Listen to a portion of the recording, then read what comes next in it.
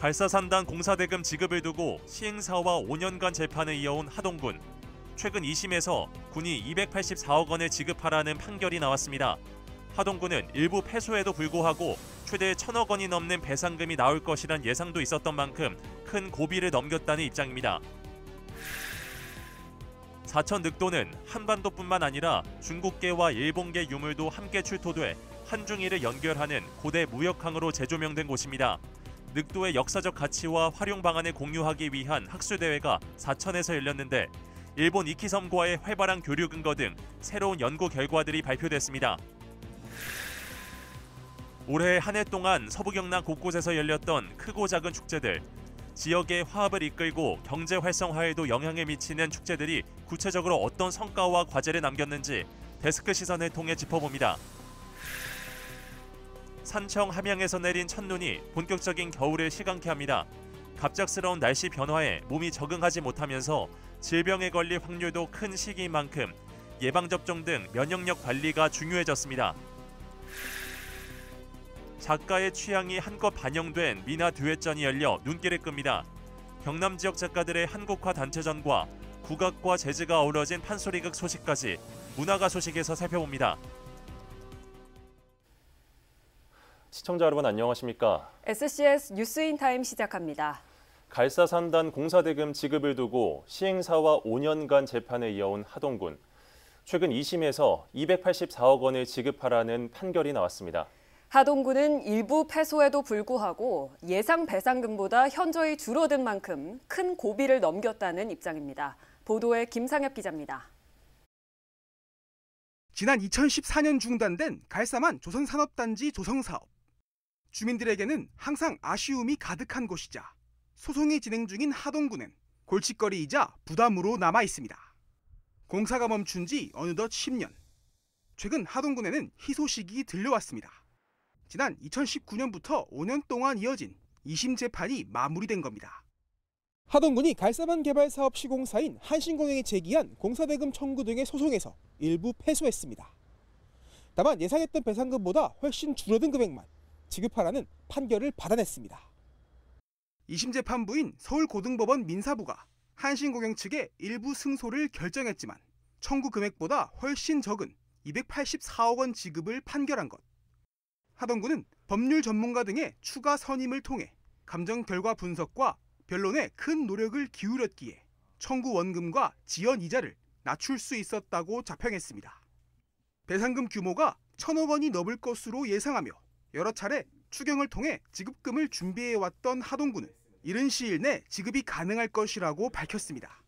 1,106억 원 정도의 총액 배상이 예상이 되었었는데 284억 원으로 막을 수 있어서 정말 다행이다 생각을 하고 12월 중순까지 모든 저희들이 준비해야 될 배상금을 다 지급할 계획입니다. 한신공영 측은 본사 취재진과의 통화에서 판결이 나온 지 얼마 되지 않아 아직은 별다른 입장이 없다고 밝혔습니다. 하동군은 한신공영 측의 상고 여부가 중요한 만큼 추후 상황을 지켜보겠다는 방침입니다. 또 아직은 갈사만 사업에 따른 인근 지역 어촌 계원들의 어업 피해 소송도 남아있는 상황이라 조심스럽다면서도 우선은 절감된 배상금분을 군민을 위해 투자할 방침이라고 밝혔습니다. 우리 국민들이 너무나 긴 시간 동안 이렇게 피해를 많이 보셨고 동참을 해주셔서 지금 지역 경기가 너무 나쁩니다. 이번에 절감된 배상액을 주민의 생활에 밀착되는 분야와 지역 경기 활성화를 위해서 과감하게 한번 투자해보고 싶습니다. 산단 관련 채무와 소송 등 큰 리스크를 찬찬히 해결해가고 있는 하동군. 이러한 노력으로 갈사산단에도 새로운 회사들이 관심을 보이고 있다며 투자 활성화에 대한 기대감을 드러내고 있습니다. SCS 김상엽입니다. 사천 늑도는 섬 전체에서 유적이 발견돼 사적지로 지정돼 있습니다. 유물 가운데는 중국과 일본 유물도 함께 출토돼 많은 역사학자가 늑도의 역사적 가치에 관심을 보이고 있는데요. 이를 활용하고 공유하기 위한 학술대회가 사천에서 열렸습니다. 보도에 강진성 기자입니다. 삼천포와 남해 창선 사이에 위치한 사천 늑도. 25만 제곱미터 면적의 작은 섬이지만 한반도 남부의 토기부터 중국과 일본 유적이 함께 발견돼 2000년 전 고대 무역항으로 재조명된 곳입니다. 최근에는 고대 온돌 시설이 출토돼 우리나라 온돌의 기원일 수 있다는 가능성도 제기됐습니다. 이런 가운데 사천시가 늑도의 가치를 체계적으로 보존하고 활용하기 위해 국제학술대회를 개최했습니다. 일본 후쿠오카 대학의 후루사와 교수는 늑도와 일본 이끼섬이 한반도 남부와 규슈 북부의 교역항이었다는 근거를 제시했습니다. 이와 함께 두 섬을 오가며 일정 기간 체류했던 집단이 있었으며 일로서 단순히 오간 넘어 더 깊숙한 문화까지 공유했을 가능성이 있다고 밝혔습니다. 바닷길을 오가기에 앞서 점괘를 보는 복골 유적이 다수 출토됐기 때문입니다.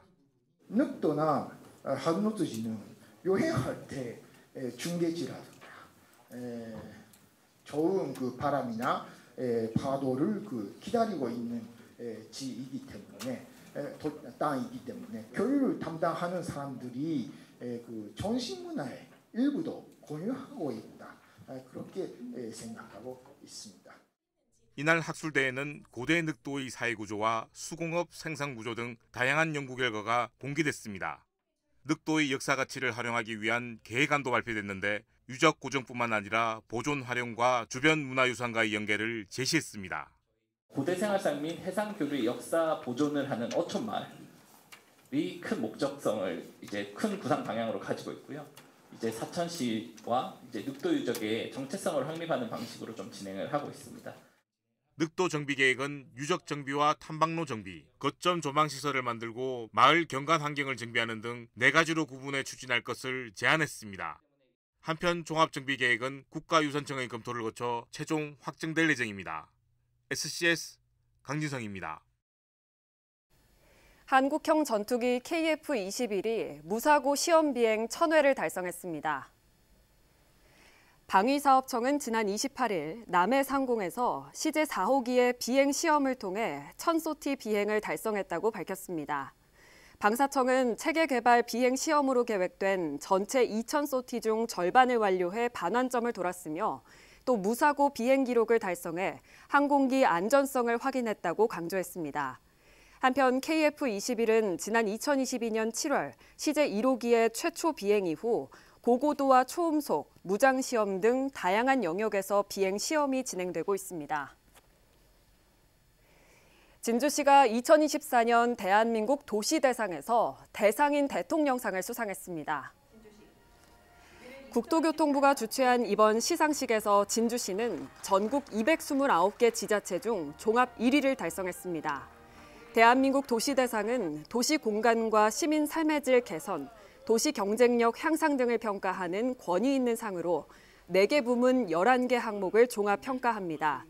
특히 진주시는 이번 대상으로 2020년 장관상부터 국무총리상과 대통령상까지 중소도시로는 드물게 5년 연속 수상하는 기록을 세웠습니다. 산청군 차왕면에 친환경 문화어울림센터가 준공됐습니다. 차왕면 기초생활 거점 조성 사업으로 27억 1,400만 원을 투입해 조성한 센터는 2층 규모로 목욕탕과 서예실, 다목적실, 프로그램실로 구성됐습니다. 산청군은 이승화 산청군수와 차왕면 기관단체장 등 200여 명이 참석한 가운데 준공식을 열고 이를 알렸습니다.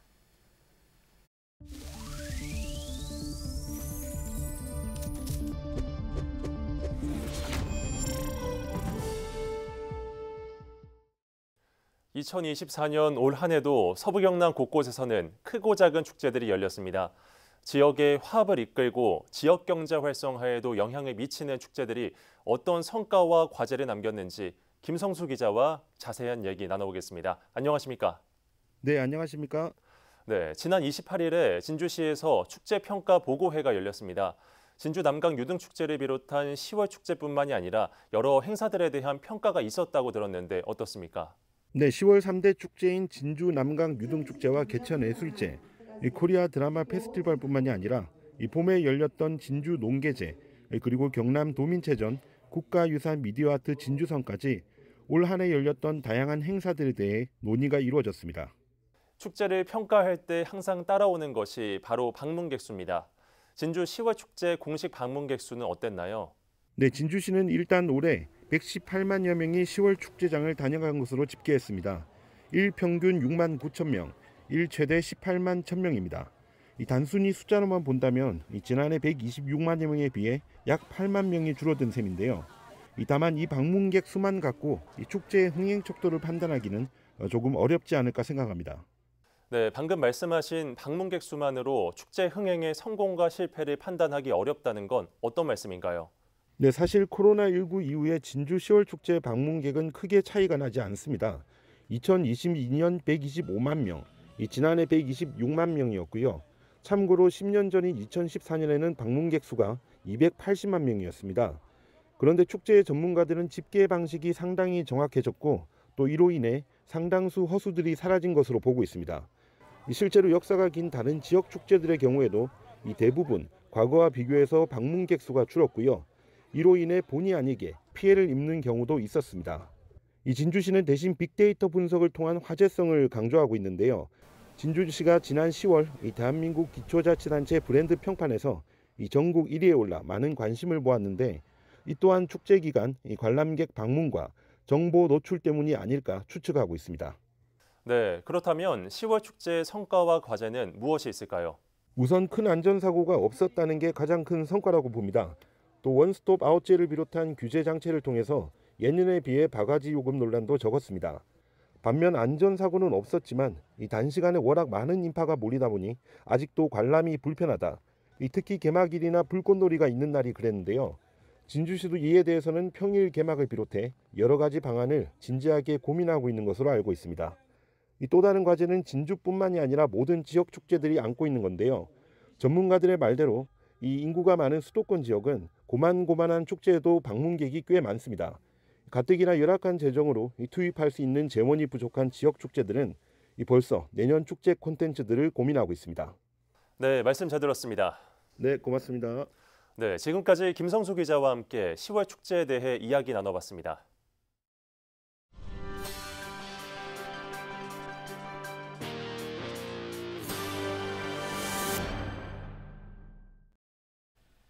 한국항공우주산업 카이가 2024 항공우주 논문상 시상식을 개최했습니다. 카이가 주최하는 항공우주 논문상은 연구 활성화와 인재 육성을 위해 2003년부터 개최되고 있는 국내 최고 권위의 항공우주 분야 논문상입니다. 올해부터 우주항공청이 시상에 참여했으며 9개 팀이 수상의 영예를 안았습니다. 사천교육지원청이 사천 진주 지역 중고등학교 학부모를 대상으로 고교 학점제 및 진로 진학 설명회를 가졌습니다. 지난 28일 경상국립대 컨벤션센터에서 열린 이번 설명회는 학부모 300여 명이 참석한 가운데 진행됐습니다. 설명회는 내년에 일반 고등학교 전 학년에 적용되는 고교 학점제를 대비해 개정 교육 과정의 주요 내용과 입시제도 변화에 대한 준비 과정을 안내했습니다.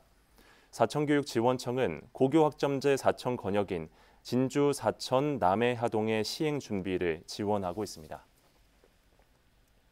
공군 제3훈련 비행단이 단장 이취임식을 개최한 가운데 김성준 준장이 신임 단장으로 취임했습니다.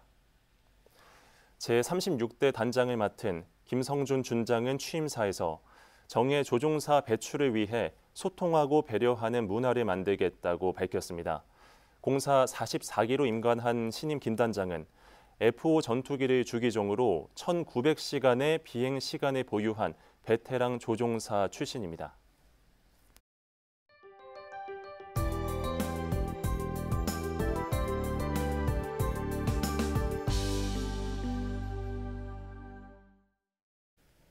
작가의 취향이 한껏 반영된 민화 듀엣전이 열려 눈길을 끕니다. 경남 지역 작가들의 한국화 단체전과 국악과 재즈가 어우러진 판소리극 소식도 들리는데요. 서부 경남 문화가 소식을 하준 기자가 전합니다. 커다란 식물 줄기를 표현한 민화 한 점, 초록과 청록, 배경의 옥색 등 작품 전반에 사용된 푸른 색감이 시선을 사로잡습니다. 흰 꽃이나 가방 등을 그린 다른 작품들도 대상물이나 배경에서 푸른색이 두드러집니다. 작가가 자신이 선호하는 색을 작품마다 배치한 건데 원하는 색이 나오기까지 수차례 덧칠한 결과물입니다.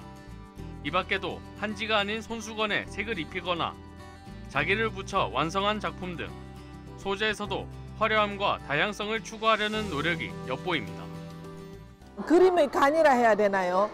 양념이 고루 배인 것 같은 그게 여기에서 뽑아지는 것 같아서 그 푸른 계열을 많이 쓰게 된 것 같아요.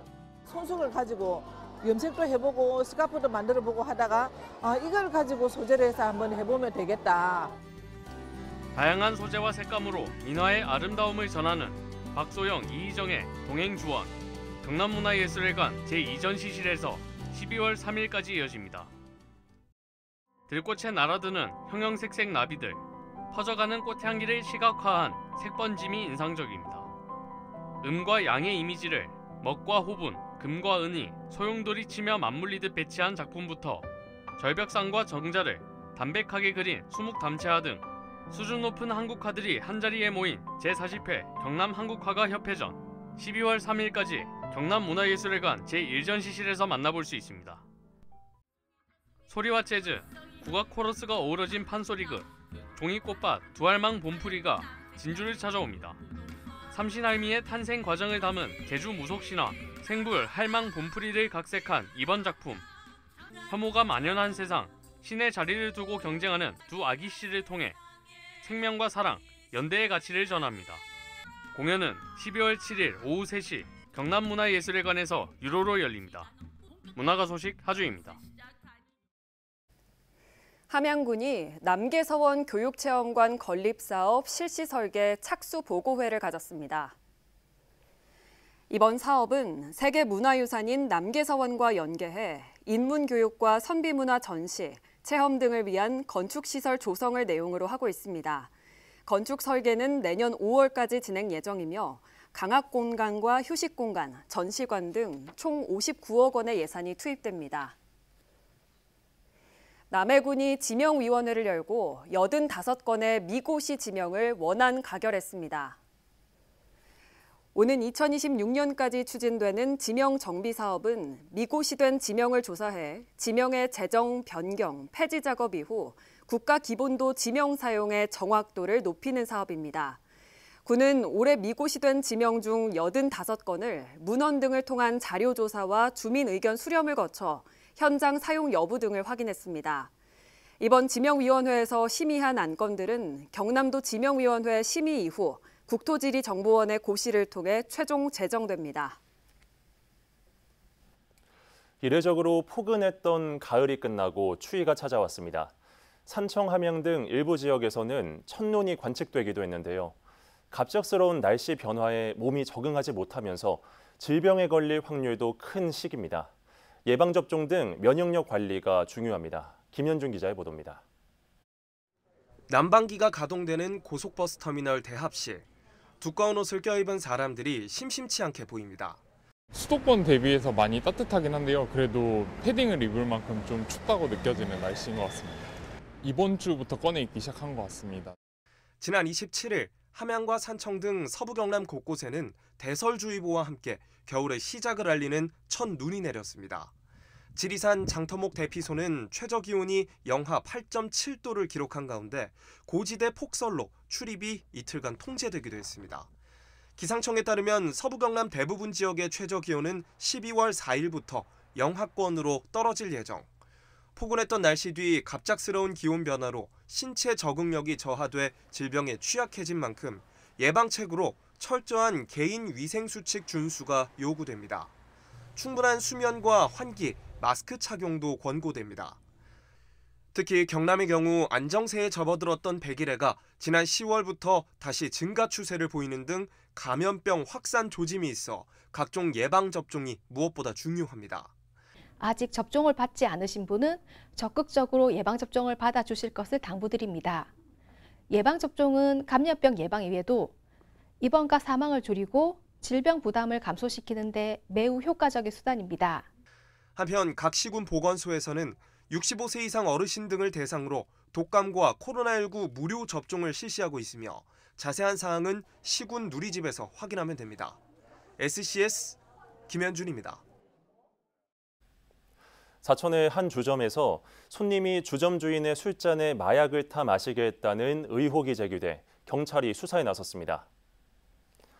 지난 9월 17일 새벽 2시쯤 주점을 방문한 60대 A씨와 술을 마시던 주점 주인 B씨는 정신이 혼미해지는 등 이상을 느끼고 인근 지구대를 찾아 신고했습니다. 경찰은 요청에 따라 마약간이 검사를 실시했고 실제로 필로폰이 검출돼 수사에 착수했습니다. B씨는 이후 A씨가 주점을 재방문해 왜 신고했냐고 항의하자 스토킹으로 경찰에 재차 신고했습니다. 경찰은 마약류 관리에 관한 법률 위반 등으로 A씨를 입건하고 경위를 조사 중입니다. 남해경찰서가 28일 유흥가 일대 마약류 범죄 근절을 위해 민경합동 특별점검을 실시했습니다. 남해군과 외국인 자유방범대 관계자들로 꾸려진 점검반은 마약류 점검 활동과 마약 유통에 관한 적극적 신고를 당부하는 홍보 활동을 펼쳤습니다. 남해경찰서는 유관 기관들과 협력해 지속적인 점검 활동을 이어간다는 방침입니다. 사천해양경찰서가 선박에 사용하는 연료유해 황함유량 단속을 강화하기로 했습니다. 항만 지역 미세먼지 저감을 위한 이번 단속은 12월 1일부터 내년 3월 말까지 진행됩니다. 선박에서 발생하는 대기 오염물인 황산화물과 질소산화물 등은 미세먼지를 유발하고 인체에 유해한 것으로 알려졌습니다.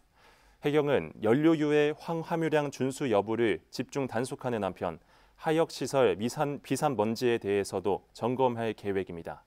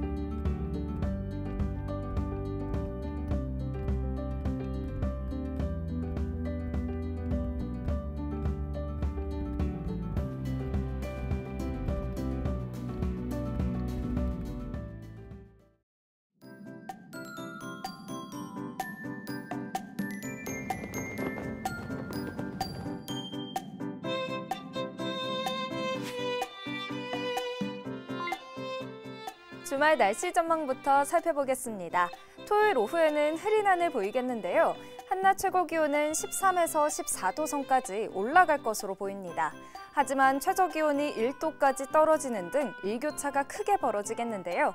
들쑥날쑥한 기온 변화에 따뜻한 물을 자주 마시는 등 건강 관리에 신경 써주시기 바랍니다. 이어서 지역별 날씨 살펴보겠습니다. 서부 경남 대부분 지역 막다가 오후부턴 흐린 하늘 보이겠는데요. 아침 최저 기온은 사천 3도, 함양 2도로 출발해 한낮에는 10도에서 13도 분포 보이겠습니다. 전국 날씨입니다. 광주는 종일 흐리겠고 제주는 새벽 한때 비 소식 들어 있습니다. 아침 최저 기온은 세종 영하 1도, 광주 5도로 출발하겠고 제주의 한낮 최고 기온은 14도 예상됩니다. 남해 동부 앞바다는 하늘에 구름 많겠는데요. 물결은 약간 높게 일겠고 바람은 강하게 불겠습니다. 이어서 삼천포 기준 조석표 살펴보겠습니다. 물때는 7물, 만조 시각은 저녁 8시 21분, 간조 시각은 오후 2시 34분 예상됩니다. 사천공항 날씨 정보입니다. 토요일 오전 9시 기준 구름 조금 지나겠는데요. 우리 지역에서 서울 김포로 가는 첫 번째 항공편은 오전 10시 55분 예정돼 있습니다. 자세한 내용은 사천공항 홈페이지에서 확인하시기 바랍니다. 이어서 삼천포역의 운항 정보입니다. 토요일 삼천포와 제주도로 오가는 배는 휴항입니다. 주간 날씨입니다. 다음 주에는 맑고 구름 많은 날씨 보이겠습니다. 하지만 화요일 낮부터 추워지면서 수요일에는 최저 기온이 영하까지 떨어지겠습니다. 지금까지 기상정보였습니다. 저희가 준비한 소식은 여기까지입니다. 시청해주신 여러분 고맙습니다.